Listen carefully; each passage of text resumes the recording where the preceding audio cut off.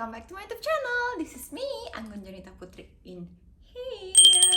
Guys, hari ini aku mau ngebahas tentang satu konten yang sebenarnya mau aku bahas dari 3 tahun yang lalu. Tanpa banyak bacot, let's move to the video. Oke, aku udah punya catatan di sini, jadi aku akan share sama kalian tentang apa sih yang sebenarnya pengen aku bahas. So, hal yang pengen aku bahas di sini adalah peralatan bayi yang kalian wajib banget beli. Langsung bahas aja ke peralatan bayi yang pertama.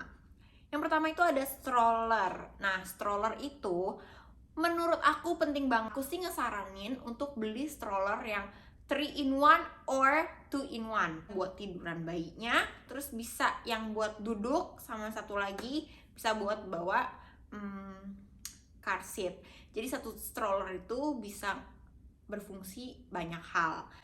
Terus yang kedua itu ada yang 2 in 1. Jadi yang posisinya duduk sama yang car seat. Kenapa aku bilang car seat?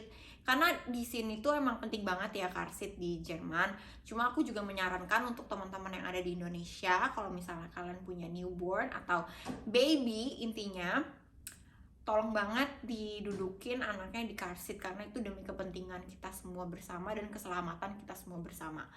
Terus cari stroller bisa mengangkat bobot anaknya itu sampai minimal 15 kilo lah. Kalau misalnya ada yang sampai 20 kilo, nah itu bagus banget. Nah, tumbuh kembang anak itu kan kita nggak tahu nih cepat lambatnya gitu kan. Ini gue contohin aja anak gue gitu ya, Ashley. Sekarang beratnya dia itu udah 16 kilo, usianya udah 3,5 tahun. Sebenarnya dia tuh udah nggak pakai stroller lagi. Kenapa? Karena ya emang kita biasain dia untuk jalan. Dan kalau misalnya dia udah mulai males jalan ya kita duduk bareng-bareng di satu tempat sampai dia udah ngerasa ready to go again. Nah, hitungan matematikanya aja ya gini. Contoh kalian beli stroller yang harganya 10 juta dan itu yang 3 in 1 or 2 in 1. Terus dengan harga 10 juta itu anggap aja jangka waktu pemakaiannya itu selama 3 tahun gitu kan. Nah, selama 3 tahun itu kalau 10 juta dibagi 3 tahun which is only 3.300.000 bla bla bla untuk selama 1 tahun, 275.000 selama 1 bulan. Nah, kalau misalnya dibagi lagi ke 30 hari jadi kayak cuma 9.100, which is kayak kalian pakainya itu cuma 9.100 stroller dengan kondisi yang itu kan kalau misalnya harga 10 juta menurut gue ya itu udah stroller yang bagus gitu. Jadi untuk pemakaian sama bertahan 3 tahun itu the best sih. Kalau misalnya kalian sampai bisa nemuin stroller yang 3 in 1 or 2 in 1 dengan harga yang lebih murah di bawah 10 juta, kalian adalah orang hebat. Kita bahas itu adalah baju bayi.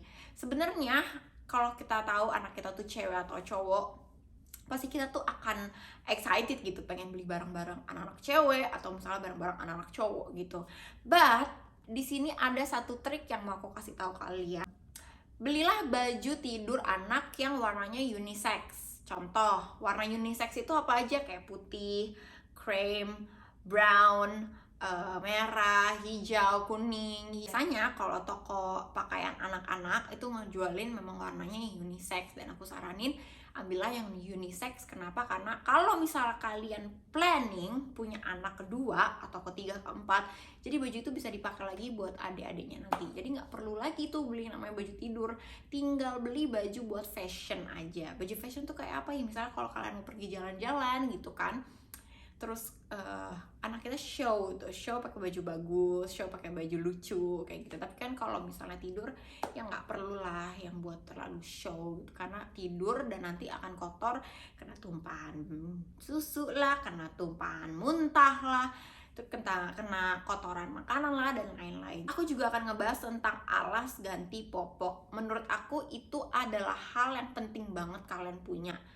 paling nggak punya satu di rumah. Satu lagi tolong beli yang bisa buat traveling. Kenapa aku bilang buat traveling? Karena di saat kalian gantiin popok anak kalian di toilet umum, karena kita nggak tahu tuh higienis atau enggak, walaupun kalian udah semprot-semprot atau pakai tisu basah dan lain-lain.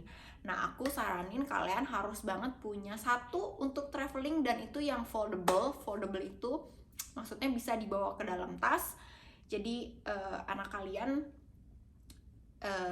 pada saat kalian gantiin popoknya itu pakai yang biasa kalian punya gitu. Jadi I really recommend to buy one of that. Kain gendong.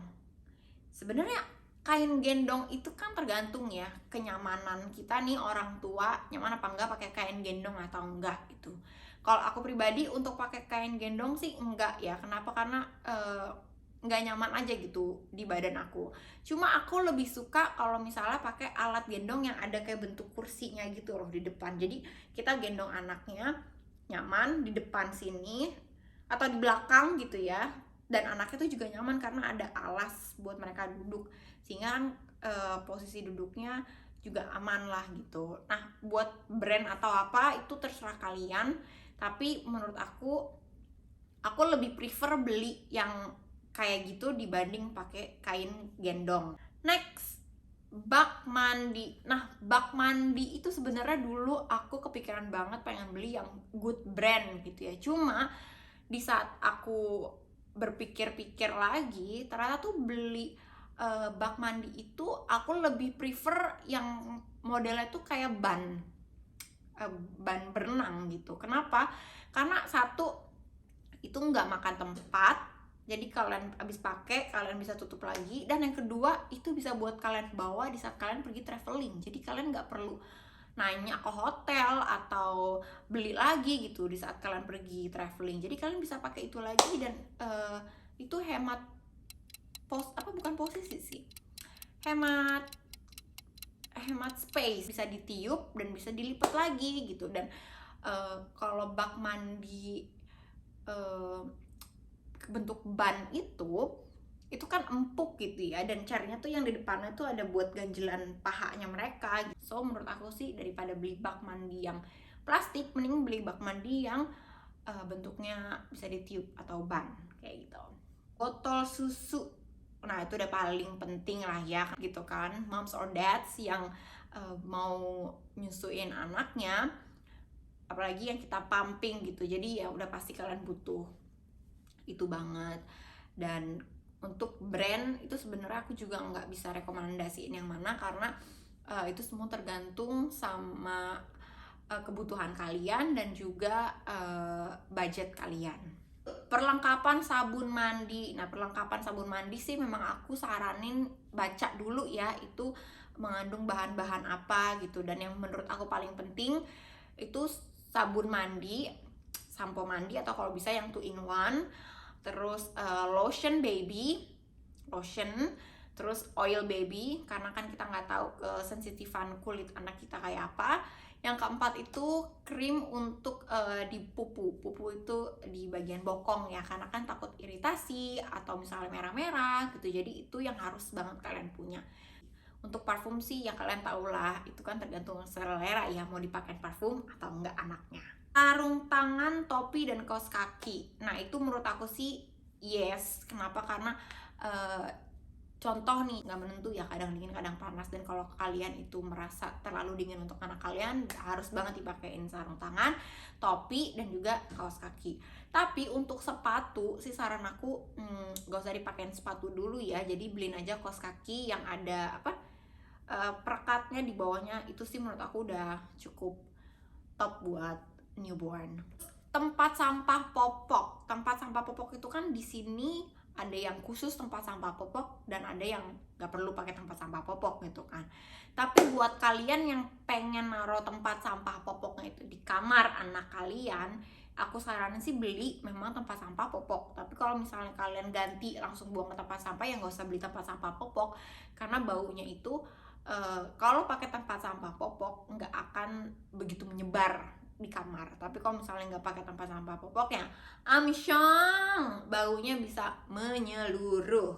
Pas tisu kering, tisu basah, cotton bud itu harus banget punya ya. Kenapa? Karena kan kalau misalnya dia lagi tumpahin makanan atau muntah atau susu gitu kan, atau kotoran dari mata, di telinga, itu harus dibersihin. Itu suatu hal yang harus banget kalian punya. Tempat tidur anak. Nah, tempat tidur anak ini sebenarnya 50-50 ya, tapi buat aku pribadi sih aku membutuhkan banget si tempat tidur anak. Kenapa? Karena buat aku intimate antara orang tua dan kita sebagai pasangan suami istri itu perlu dijaga. Satu. Kedua, kita juga punya spasi di tempat tidur sendiri, jadi kita juga bisa tidur secara luas tanpa berpikir anak gue kegencet nggak iya, anak gue bisa napas nggak iya nih tidur di sini, anak gue sesak nggak iya gitu. Jadi aku menyarankan sih untuk punya tempat tidur baby. Walaupun baby kalian tidurnya pas banget di sebelah kalian, kan ada tuh tempat tidur zaman sekarang yang bisa dibuka pintuannya gitu. Jadi posisi anaknya masih bisa nempel sama ibu or bapaknya, which is this is very very good idea. Kalian harus tahu budget untuk beli popok dan beli susu itu sangat susah untuk kita bicarakan di sini. Tapi that's also the most important thing you have to buy. Jadi yang paling mahal sih menurut aku untuk selama 2 tahun sampai 3 tahun itu adalah popok dan susu. So, that's the point from me. Kalau kalian punya ide lain atau punya pendapat lain, bisa banget komen di bawah, kita sharing bareng-bareng. And I want to say thank you so much for watching my video. I hope itu bisa bantu kalian, it helped for you guys, and I'll see you in my next video. Bye!